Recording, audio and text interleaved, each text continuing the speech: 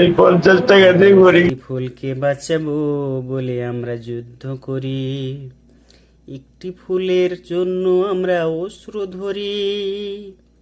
আজকে একটি ফুল ঝরে গেল। দেখুন, আগে 1971 সালে আমরা যে স্বাধীন করছি পাকিস্তানকে, এই যে দেশ থেকে বিদায় করছি, সেটা কই? এখনো তো রয়েই গেল আমাদের দেশে। তাহলে আমাদের কি স্বাধীনতা আমরা পাইলাম?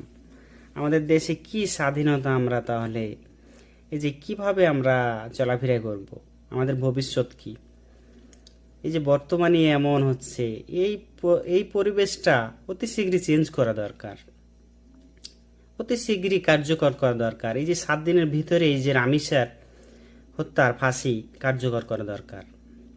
এটা জনগণের সম্মুখীন দেওয়াটাই সবচেয়ে ভালো হয়, আমি যেটা বেটার মনে করি। তো সবাই ভালো থাকবেন। আল্লাহ হাফিজ।